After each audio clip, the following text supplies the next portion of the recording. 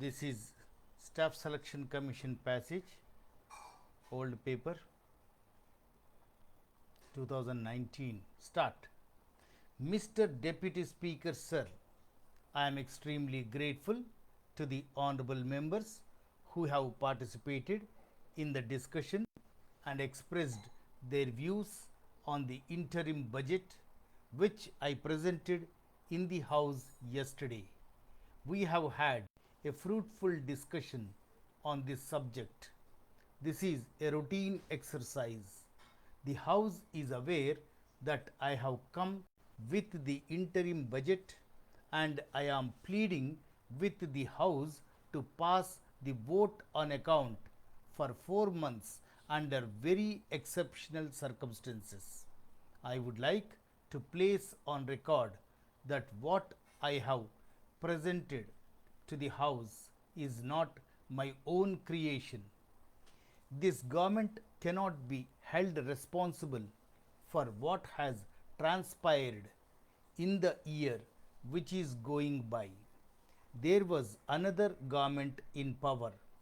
Most of us on this side of the House who are sitting on the treasury benches were in the opposition then, and most of the honorable members who are sitting on the other side of the House were either in the government or were supporting the government from outside.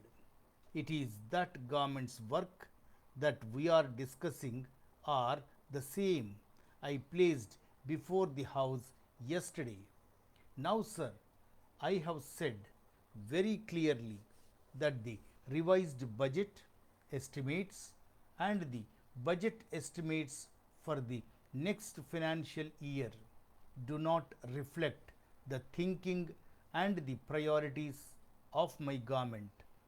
I have said in my budget speech that it is our firm resolve to review the 5-year plan and to revise the budget estimates so that they reflect our thinking and priorities when I come before the August House with my regular budget.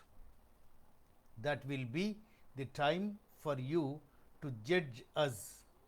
That will be the time for you to judge our intentions, and that will be the time for you to judge our actions. As I said, this is not my creation, but in a parliamentary system, we are often faced with a situation where the existing government has to carry on with the legacy which has been left behind by the previous government. My next point is we have talked about in our national agenda for governance that we believe in having a consensus. A point has been made in this House by one of the honorable members that we should have the same kind of consensus in regard to economic policies that we have developed over a period of time in our foreign affairs and defense policies. I see no reason why this House cannot evolve such consensus. I am pleading strongly that we must evolve that consensus so that the economic policy, which has become a major tool for the progress of this country, is not subject to the vagaries of the situation. We must have a consensus, and I think we are very close to it. Sir, we were criticized by many people that we did not follow the path followed by East European countries. We were criticized in this House, we were criticized in this country, and we did not follow the path followed by those countries.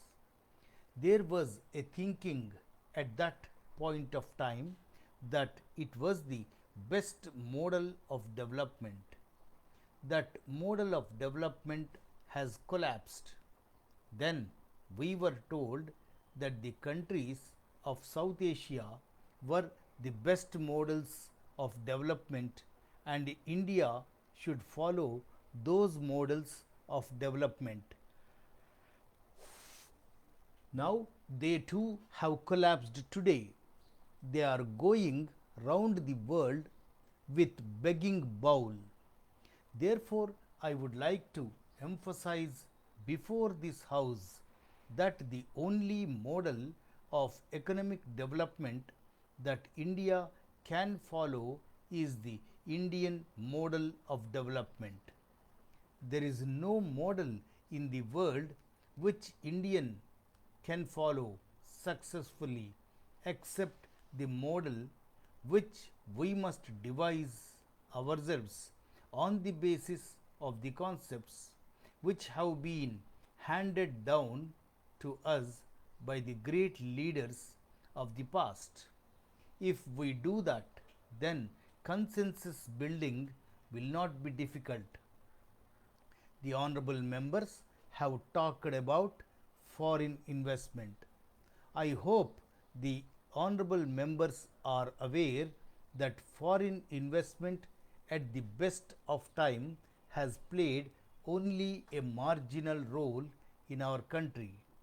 I have absolutely no hesitation in stating on behalf of the government that my government welcomes the foreign investment, but this kind of investment in India is welcome in certain areas which we call priority areas, including infrastructure.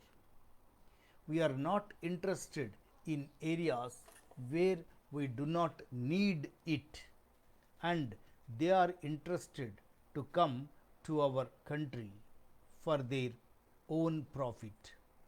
Unfortunately, I do not have the time to go into the details. The demand for level playing field by the Indian industry has arisen not from our party, but it was raised by the Indian industry itself. I am not saying that we believe in the level playing field also, but I have said and I would like to say on the floor of this House that this government should not accord to the foreign investors any privilege or any concession which is not available to the Indian industry.